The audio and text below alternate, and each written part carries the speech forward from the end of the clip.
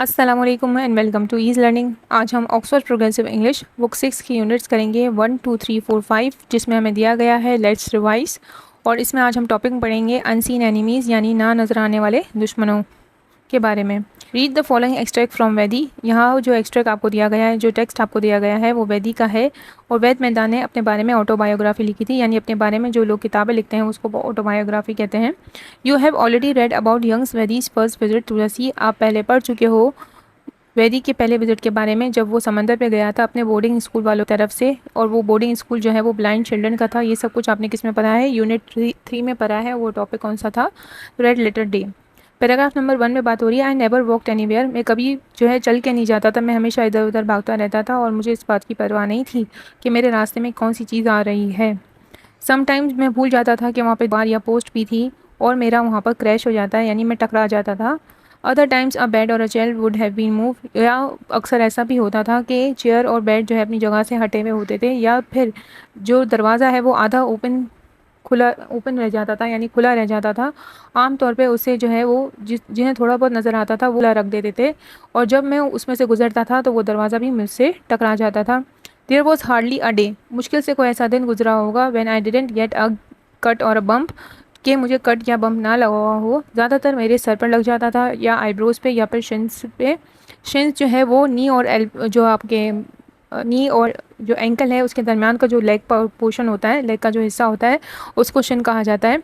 Once my shins would not stop bleeding. एक दफ़ा जो है मेरे शिन्स पे लगा तो ब्लीडिंग रुक नहीं रही थी, और यहाँ तक कि मिसेस रासमोहन मुस्तकिल बार बार मेरे उस ज़ख्म पर जो है वो टिंचर लगा रही थी। फिर उन्होंने जो है बैंडेज बांध दिया था मेरे पाँव पे नी से एंकल तक, और बैंडेज जो है वो कुछ दिन तक बंधा हुआ था। और फिर उन्होंने वो took them of and after she took them of, और उन्होंने बाद में उसे हटा दिया था। टुक ऑफ का मतलब क्या होता है कि उन्होंने इसे रिमूव कर दिया था।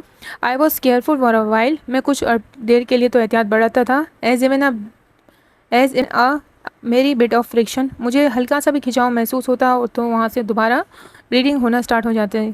I did not give the injuries much thought. मैं जो है ज़्यादातर इंजरीज़ के बारे में सोचता नहीं था, लेकिन मैं ऑटोमेटिकली सोना सीख गया था, यानी उस साइड पे सोता था जिस तरह मुझे लगा हुआ ना हो, ताकि बेड शीट्स और जो पिलो पे है मेरे ज़ख्म के निशान ना लगें, वो वहाँ पर टच ना हो। और अगर वो टच भी हो जाएगा तो क्या होगा, वो ज़ख्म दोबारा से वहाँ से ब्लीडिंग होना स्टार्ट हो जाएगी, इसलिए मुझे ध्यान रखना पड़ रहा था।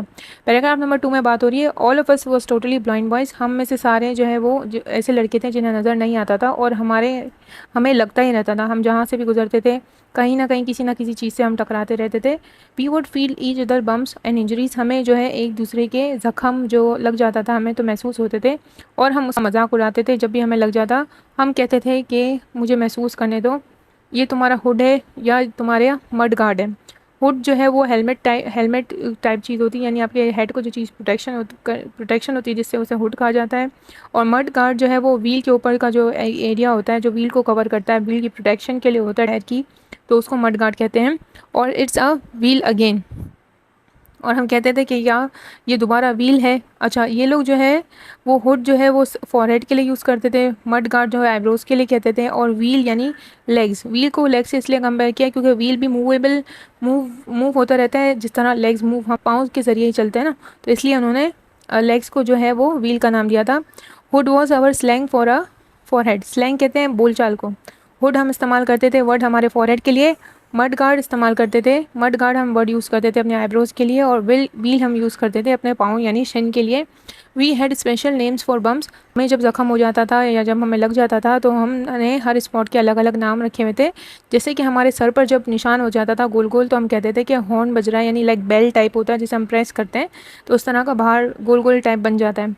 We might say have you got one horn on your hood or two. हम कहते थे कि तुम्हारे सर पर जो है एक या दो हॉर्न बजे हैं। हॉर्न का मतलब लाइक बटन टाइप होता है ना, जब घंटी वगैरह बजाते तो उसको हॉर्न कहा गया है। और हुड मैंने अभी आपको ऊपर बताया कि वो फोरहेड को कहा गया है। फिर हम जब उसे टच करते थे तो हम कहते थे ये तो बहुत बड़ा हॉर्न है। हॉर्न का मीनिंग आप यहाँ पर जो है एनिमल के जो सींग निकले हुए होते हैं उससे भी आप ले सकते हो, लेकिन यहाँ पे बेल का हॉर्न मुझे सही लग रहा था तो इसलिए मैंने नहीं बताया, आप उसको भी यहाँ पे कंसिडर कर सकते हो। पैराग्राफ नंबर 3 में बात हो रही है even as we made light of our injuries. जैसे ही हमारे ज़ख्म भर जाते थे, वी इंडोर्ड यानी हम ग्रांट करते थे, हम इल्ज़ाम देते थे, वॉट एवर वी हिट जिससे हम हिट हुए हों या जिसने हमें हिट किया हो। As we came to think of it, हम उसके बारे में ऐसे सोचते थे कि जैसे वो हमारे दुश्मन हो। मेलेवोलेंस कहते हैं दुश्मन को, योर एनिमी को। We attributed to the entire sighted world, हम सारा इल्ज़ाम जो है इस पूरी दिखने वाली दुनिया पर डाल देते थे। It seem to us that the stationary object like a wall, यह हमारे लिए ऐसा था कि नॉन मूवेबल ऑब्जेक्ट था। स्टेशनरी यानी जो चीज़ मूव नहीं कर सकी हो, जैसे कि दीवार, दीवार अपनी जगह से हट नहीं सकती ना, मूव नहीं हो सकती। और दूसरी बात यहाँ पे हो रही है, no less than a familiar object in an unfamiliar place, और हालांकि चीज़ सेम होती थी लेकिन वो अलग अलग जगहों पर पड़ी हुई होती, मुख्तलिफ जगहों पे वो चीज़ मौजूद होती थी। जैसे कि चेयर हर जगह पे ऑलमोस्ट होती है, एक ही चीज़ है लेकिन मुख्तलिफ जगहों पर हमें चेयर मिलती थी जो कि अपनी जगह से हटी हुई होती थी। वुड विलफुली, विलफुली कहते हैं जानबूझकर, लूम आउट का मतलब है अपेयर सडनली, जानबूझकर अचानक हमारे सामने आ जाती थी इस दिखती हुई दुनिया में। टू वेक्सस, हमें गुस्सा दिलाने के लिए। ठीक है, आपको समझ आ गया होगा। वुड विलफुली यानी जानबूझकर, लूमआउट्स अचानक आ जाती थी इस दिखने वाली दुनिया में, जिसकी वजह से हमें क्या होता था, वेक्सस यानी हमें चीज़ हमें गुस्सा दिलाती थी। Whenever we hurt ourselves on anything at all, जब कभी भी हम हर्ट होते थे, किसी चीज़ हमें, कोई चीज़ हमें लग जाती थी, वी वुड किक इट, हम उसको लात मारते थे या बीट इट, या उसे मारते थे या फिर रोते थे। And yet sometimes our injuries came not from the sighted world, और बाज़ औक़ात जो इंजरीज़ होती थी, जो ज़ख़म हमें आते थे, वो इस दिखने वाली दुनिया की वजह से नहीं बल्कि हमारी खुद की बेएहतियाती की वजह से यानी केयरलेसनेस की वजह से नज़र आते थे या हो जाते थे, हमें ज़ख़म आ जाते थे। पैराग्राफ नंबर 4 में बात हो रही है, एक दिन अब्दुल और भास्कर झूला झूल रहे थे बैक कोर्ट यार्ड में, यानी सहन के पिछले हिस्से में वो ये लोग झूला झूल रहे थे। I could feel the whoosh of the air has the swing repeatedly flow past my head, मुझे मुस्तकिल तौर पे हवा का दबाव महसूस हो रहा था। जैसे जैसे झूला वो लोग झूल रहे थे तो हवा मेरे सर की तरफ से गुजर रही थी, पहले आ रही थी और फिर जा रही थी।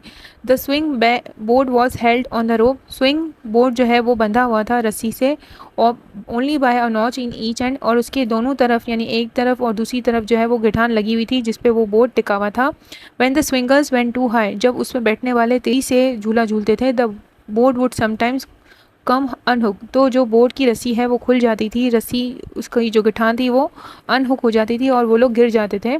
आई फेयर्ड, मुझे डर लग रहा था कि अब्दुल और भास्कर भी गिर जाएंगे और अपने आप को नुकसान पहुंचा लेंगे।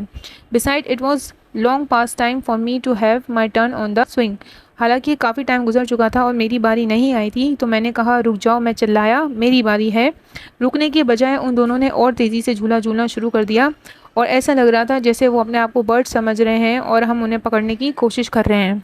Catch us and you can have the swing, हमें पकड़ कर दिखाओ तभी ही तुम्हें क्या मिलेगा, झूला मिलेगा, भास्कर ने ज़ोर से चिल्लाते हुए कहा और उसका सांस फूल रहा था और उसकी आवाज़ जो है वो जो बैकयार्ड कोर्टयार्ड बाग के जो पीछे वेल था उसमें से रिको चेटिंग कर रही थी, यानी टकरा के वापस आ रही थी। इको होता है ना, जो अब आवाज़ आपकी कहीं खुली जगह पे होती है तो टकराती है, ज़ोर से आती है, बैकवर्ड होती है, मतलब वापस टकरा के वापस आपको सुनाई देती है, एक इको साउंड आपको आती है। पैराग्राफ नंबर 5 में बात हो रही है, When the swingers did not play fair, जब झूला झूलने वाले जो है वो इंसाफ नहीं कर रहे थे, फेयर नहीं थे हमारे साथ, we would often stop the swing by rushing at the rope, तो हम क्या कर रहे थे, बार बार कोशिश कर रहे थे कि किसी तरह इस झूले को रोक सकें हमारी सामने की तरफ से, कैचिंग होल्ड ऑफ इट, और उसे फिर हम पकड़ लेंगे, जिस तरह जैसे ही झूला हमारी तरफ आएगा तो हम उस झूले को पकड़ लेंगे, and dragging our feet along the ground, और लेकिन जब हम झूले को पकड़ रहे थे तो अगर आप झूले को कोई झूल रहा पकड़ने जाओगे तो आपके पाँव क्या होंगे, आप घसीट रहे होंगे, आपके पाँव जो है वो ड्रैग हो रहे होंगे।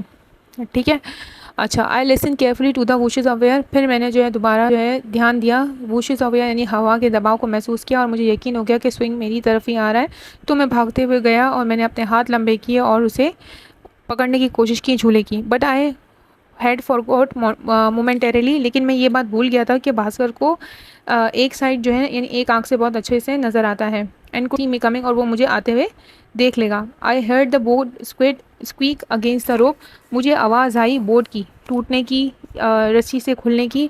As a swing was jerk, क्योंकि जो है हम क्या कर रहे थे, झूला एक दूसरे से छीनने की कोशिश कर रहे थे, जर्क मतलब छीनने की कोशिश कर रहे थे, to the side of my reach, और वो मेरी तरफ जो है मुझे नहीं मिल रहा था झूला, तो हम दोनों खींच रहे थे, वो भी खींच रहा था कि मुझे नहीं मिले और मैं इसलिए खींच रहा था ताकि मुझे मिल जाए। But the swing it turn out was going so fast that Bhaskar wasn't able to jerk it, तो हालांकि झूला इतना तेज़ था कि भास्कर जो है वो उसको छुड़ा नहीं पा रहा था, उसे देरी लगी।